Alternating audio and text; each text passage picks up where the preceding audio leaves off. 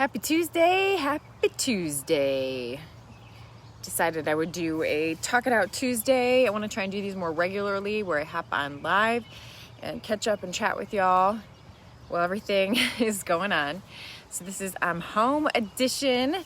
Did the trek back from California to Ohio. Clearly I am soaking up the sun here in Ohio while I can, because it's not quite as consistent as back there out west. Hi, Jeffrey. So happy to have made it home safely. There is something about just driving back all the way from California, seeing that mommy exit and knowing that I'll be home for a while at least. Never do know where God is going to steer this ship next, but that is what living a life of faith is all about, being open-minded to know that I will go wherever he takes me next. Hello, Tom. Drove through Michigan too. So just wanted to, again, hop on live and catch up with some of you. And again, I'll try and do this every Tuesday. The last few posts I've made were about another journalist that has come out in quite a different way. Voicing her frustrations with the direction of media, Ivory Hecker from Fox 26 in Houston. It's interesting that she also worked at Fox 26, but I was Fox 26 in Fresno. This journalist was Fox 26 in Houston, so there's no confusion there. So the biggest, or one of the criticisms, and I know that there will be criticisms along the way when you open yourself vulnerably and speak about things that you have issue with, that you will face criticism, and I'm getting more and more comfortable with that. Hi, Ruben. Hi, Dean. Loved Omaha. So glad I got to pass through there. So just seeing as I've posted about yet another journalist that is coming out and saying, I don't really want to do this anymore under these terms. I just wanted to give some reaction. I just watched the interview with Project Veritas. And what's funny to me is those that are already jumping on this bandwagon of criticizing this particular reporter are saying, oh, well, she lost all credibility by coming out with Project Veritas. Well, I certainly had many of the same comments when I chose to do an interview with InfoWars and voice my concerns about the direction of traditional news. So my question back to that criticism would be like, what else would you expect this to do? And here's the thing. If we're having concerns and feeling uncomfortable with the direction of traditional news, namely corporate control and corporate influence over traditional news, why would we voice our concerns on a traditional news platform? Think about that for a minute. Because I read a hit piece on myself that said something about where I chose to voice these concerns. And it's like, really? You would expect me to voice these concerns about traditional media on a traditional media platform? Where is the sense in that? I mean, just let's think logically. It was interesting to watch Ivory's interview because she said many of the same things that I was saying, same concerns that I was having, and it's refreshing to know that I'm not alone. I think the fear in coming out sooner for some of us is just that feeling that you're alone and you're actually just so shocked that other journalists are not seeing these red flags. It's funny also that her turning point was just the crazy amount of censorship that took place with these frontline doctors over hydroxychloroquine.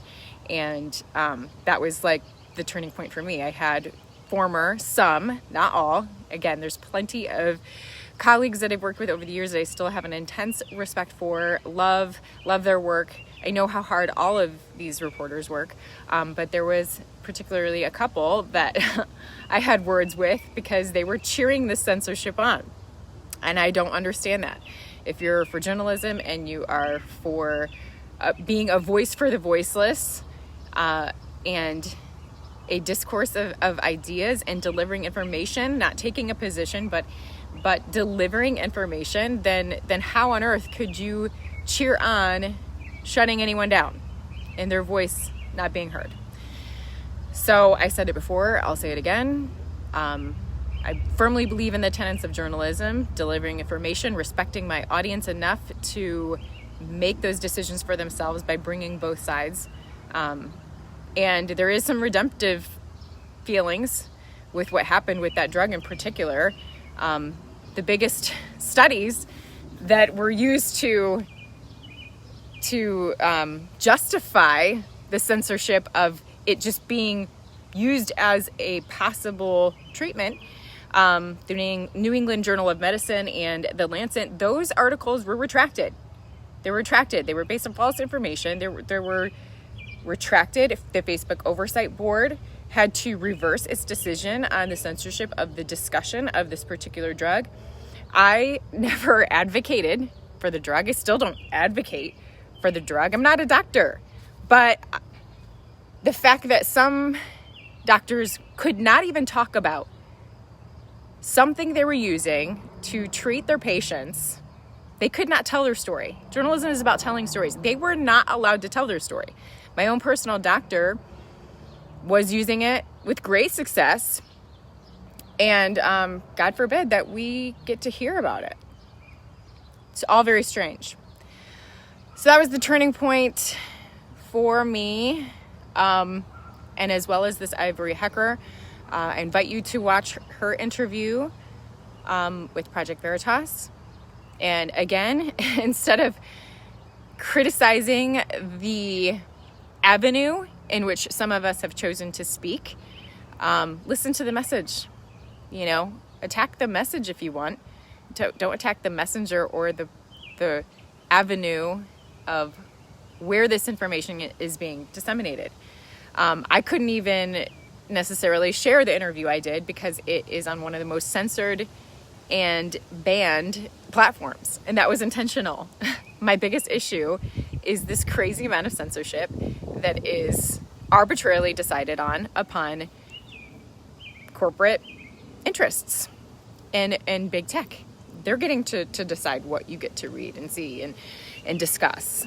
And so I thought, what better place to voice my frustrations about censorship than on one of the most censored platforms that still has one of the best success rates despite not being able to barely see it anywhere.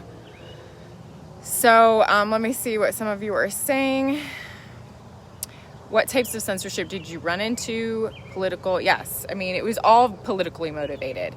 My thing is I don't want to be on a team. That's the thing is people are going to try and put me on a team. They're going to try and label me either leftist or right wing. I don't want to be on a team. I don't want to be on a side. I think both sides deserve to be heard. And I also think that some subjects don't need to be on a side, that they have no business being on a side. Talking about medical choices and medical treatments, that shouldn't be political. But that was definitely what we were seeing. Roger Lee says that's why I'm not happy with news nowadays. It's supposed to be non-biased. The media is always pushing a view nowadays, and there's some truth to that. Another thing that Ivory Hecker talks about is the ad situation. I mean, that we're seeing TV news in many regards struggling to survive. I mean, I talked about this before with the hub situations, with the shrinking, with reporters having to shoot, edit, post to social, post to web. I mean, they're expected to do so much, and it's because they're supposed to do more with less. Why do they have to do so much more with less? Because there's less coming in. So when you have a business straining to survive because of ad dollars, then ad interests are going to play in to those decisions, and are going to have an impact on what can and cannot be talked about. And again, when I talk about these things, I always have to do this disclaimer. These are the concerns I have. They're not mass generalizations. So anything that I say, don't think it's like just a mass generalization that every news station and every market and every journalist, is doing that. That's not what I'm saying. There's still great, honorable and journalists with integrity that will push back, that will make sure that every story has sources. And again, they're being so overworked. There's so much now, so much more now to be aware of and do that it's difficult. It's hard to make sure that everything is being checked and everything is being done with great integrity. I'm sorry, I'm a little bit distracted because my son is Mr. Chatty over there on his phone when I'm trying to put sentences together. Kim, let's see, I'm going through some of your comments. Hello, George. So another thing that I wanted to say is that I've heard from so many of you in California saying they were sad to see me go and wish I could have stayed. And thank you so much for that, because I mean, what a rough year it had been with the pandemic and not really being able to connect to viewers in the way that I'm used to. Over the years, being part of the news, one of the things that was so great about it is being able to be out in the community and connect with those that are watching and feel that connection and feel that sense of purpose to bring you stories that matter and stories about your community. And for me, entering California, entering the Central Valley on March 13th of 2020, and then 3 days later, everything shut down, I didn't really get those connections that I wanted to have. So to have those connections through social media and my direct neighborhoods and all of the many great things of the Central Valley, California, without being in person because of the pandemic. That was, sorry, I get distracted by the comments sometimes. That was really great. So Richard says, so what you're saying is that corporate America is running the news? No way. I'm not sure. I feel like many people know, but I mean, I challenge each one of you to research media ownership. Maybe that can be your little bit of homework. The last I checked, I think it boiled down to 6 corporate interests in all of the information that we get in the country, going back to. Now, again, I'm always a cheerleader for local news, because stuff that is truly local, you're going to be in the community, you're going to have a vested interest in your community, and those things are going to be, for the most part, usually able to be trusted more.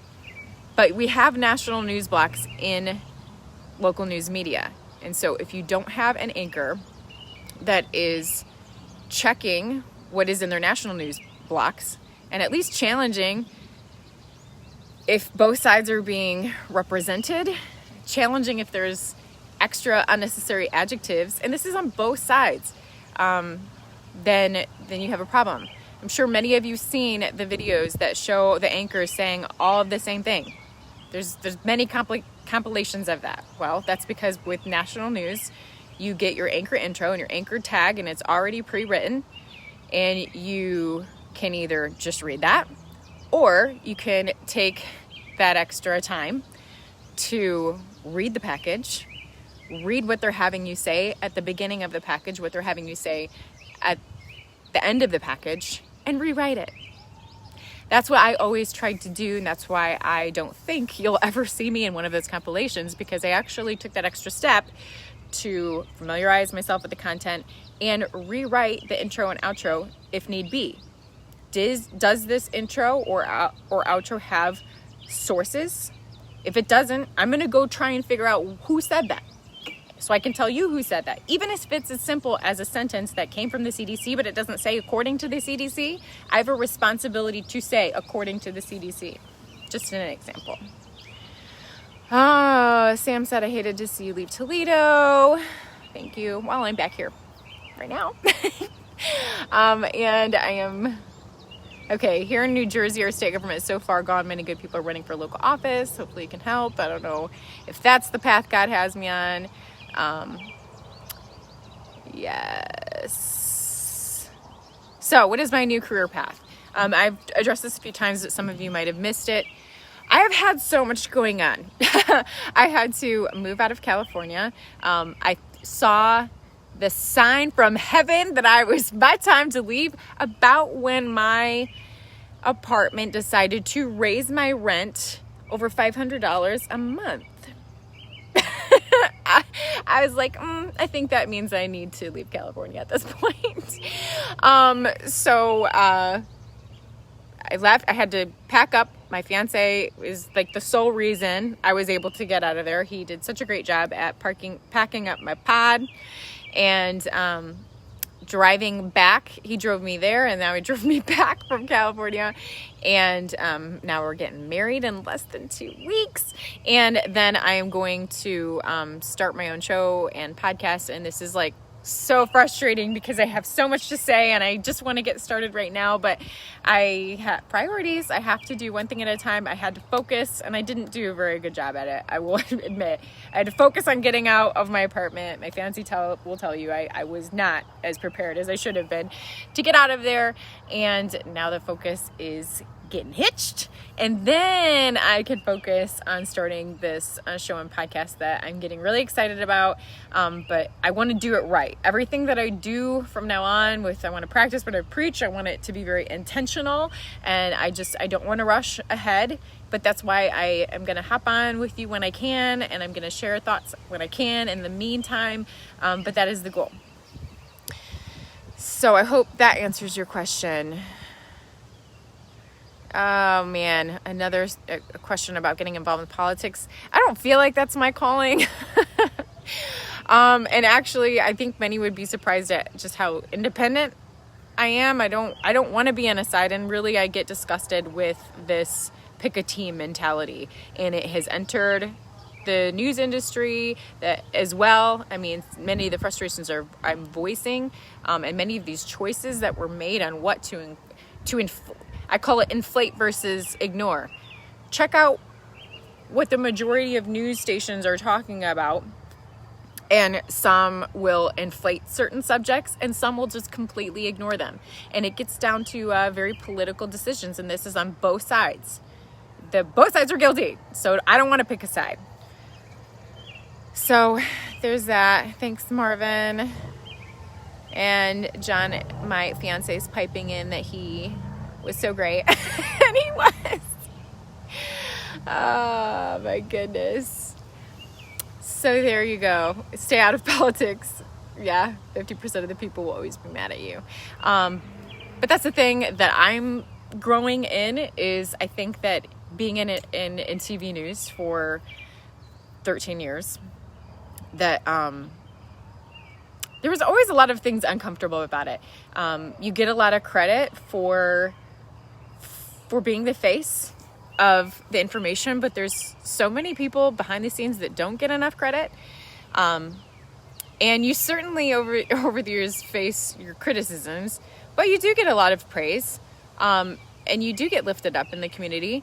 And now I'm in a position where I just want to be 100% authentically myself. And I am sharing my opinion on the direction of news. And not everyone's going to like it. And so I will face more and more criticism. I have seen some not so nice comments. But this is an area that God wants me to grow in. And so, I mean, bring it on. You know, my mom shared that very encouraging verse in the Bible that talks about the world will hate you. I said, thanks for that, Mom. You know, but it is a reminder, we're not the biggest thing that I want to lead every decision I make and every comment I make and everything that you do. The biggest thing I want to be led by is pleasing Jesus. That's it. You know, I'm not here to please you. I'm not here to please the world. I am here to please my Father in heaven. And when you are bold in that, then sure, there's plenty in the world that will hate me for that. But I'm okay with that. Well, I might not always be okay with that, but I'm working on it. So, let's see, didn't miss. Big wedding or going to a judge? Oh my goodness. So I can talk a little bit about that. So my fiance had, when I took this job in California, had given me a book that said, what did it say? I was like, it said one day the plane ticket will be one way. So the original plan was that he was going to eventually join me in California, and obviously that would be a one-way ticket. But then life happened and things changed, and he ends up driving me back to Ohio. So we were gonna get married out that way, but with everything going on, it was like tempting to be like, oh, well, let's just see how everything, turns out. But then we're like, well, no, we're not waiting anymore. We're just gonna get it done. So we are doing a small wedding right here in my hometown in less than 2 weeks. Not in a court, but it is gonna be very small. So, was it a book with a lot of words? No, the book was actually like a journal. I was supposed to be like writing to him the whole time since it's a long distance relationship, and I did okay. I mean, I didn't write every day, but I'm like catching up now. I got 12 days before I gotta get this book to him. Oh, so funny. So anyways, I don't know how long I've been on. I always conscious about being on too long, but hopefully they answer some of your questions. I wanted to give reaction to another journalist that was facing some of the same frustrations that I have been having and seen, and impacted my decision to take a stand and say I'm not going to return at this point unless some big changes happen. I'm not planning on returning to traditional news, which is another funny thing that I saw in one of the hit pieces against me was like, oh, she will never do traditional news again. I'm like, isn't that the point of what I said? I came out and said I'm done with news as it is right now. It's actually what I said. So I don't know about that comment. Oh my goodness. But this is the direction. Tom says, oh, my nose wrinkles up. Well, maybe it's because I'm getting older. So yes, that is the plan. I'm going to do my own thing. I'm going to do it with integrity. I'm going to do it with the foundational journalism principles I learned and have practiced over the years. And for anyone that wants to criticize me, then go ahead. I challenge you to find anything that I have written for the news that was biased, that did not have sources. Criticize me all you want, but if you find my work and it doesn't follow the foundational principles of journalism, the work that I actually did for the news, then I challenge you to find that and bring it to my attention, because I've always been very intentional about trying to have both sides, trying to deliver information free from unnecessary adjectives that I had to see and was taking out when I could with these other news stories, and being conscious of being a voice for the voiceless, and being conscious of it doesn't matter what I think. I challenge you also to ask many of the journalists that you admire, see if they think if they are willing to say it doesn't matter what I think. Because if you are delivering information, if you are providing sources, if you're providing documents to back up the information you're delivering, then at the end of the day, it shouldn't matter what you think, and that shouldn't be included in your story. So there you go. Okay. Took Moses 40 years to travel, which should have taken a few months. Yes, oh my goodness, God has been teaching me so much patience. So much patience. Oh, and thank you, Jesus, for giving me patience and stretching me and faith and trust. And it's a struggle every day. My fiance will be happy to tell you that for sure. So happy to be home. And I read a couple, I guess I do have a couple more things to say, and then I'll wrap this up because I've been on for quite a while. I love that home is home, right? So no matter where God takes me next, or if it's staying right here, I mean, I can always be here. Like, this is home. That's the beauty of home, right? You can always come back home. You can always stay at home. Yeah, home is great. And as I took a bike ride with my mom yesterday, and I was just like, it just smells so much different. It smells like home. I'm still getting used to the extra moisture in the air. That's always fun. The humidity here at home. But yeah, and then I ran this morning over 6 miles, which I hadn't ran in a long time, so that was a struggle. But yeah, just being on, I ran in side cut and being on the towpath, and just have so many memories wrapped up in there. It was nice. It was a nice run. And then I looked at my time hop, and it was 2 years ago to the day that I ran in the Muddy Mini in memory of my brother Matt, who passed away a little over 2 years ago now.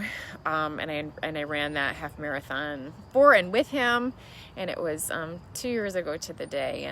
And so that's why I'm running now. I'm still holding on to hope that maybe someday I'll get a full marathon in. Whether I have to crawl across the finish line or not, doesn't matter how long it takes. All right, let me see if I missed anything else. Richard says, just give us common sense news, please. No slants, no adverbs, shocking, horrific, frightening. I know, I hear you. I see it all the time. It's crazy. And let's see if I missed anything else. So thanks for joining me this evening for Talk It Out Tuesday. I'm home edition, and I'm going to try and do a live each Tuesday as time allows. And yeah, I'll keep you updated with all the fun adventures. I do want to say that as long as I did mention the reaction with Ivory Hecker coming out with some of the same complaints and concerns that I have about corporate-led journalism, that on Saturday I will be live on a podcast. Her name is Allison Morrow, and she is one of the pioneers. She quit TV news, I believe, about a year ago, and she bought an Airstream. She has a fascinating story. She quit news and bought an Airstream, and now is doing her own thing.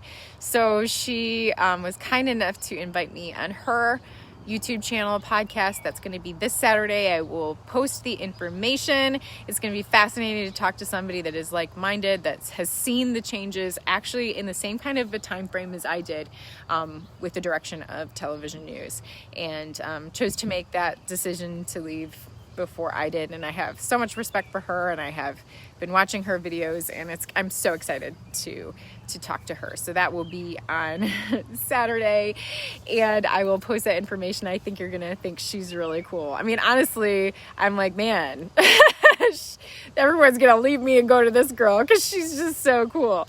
But you know, it's all good. We're not competing. We're uniting. We're joining together for the common cause of bringing people together. Done with this division. I'm done with the clickbait journalism that hopes to keep people divided, and I want to be part of the solution, not the problem. I don't want to be complicit anymore, and so that's what this is all about. Elaine says, I seem so happy. Yes, it's been stressful, but plenty to be happy about, and it's very freeing to be taking this path. So thanks for sticking with me, and I'll have plenty more in the days and months and weeks and years ahead, God willing. All right. Have a good and great Tuesday night. Bye.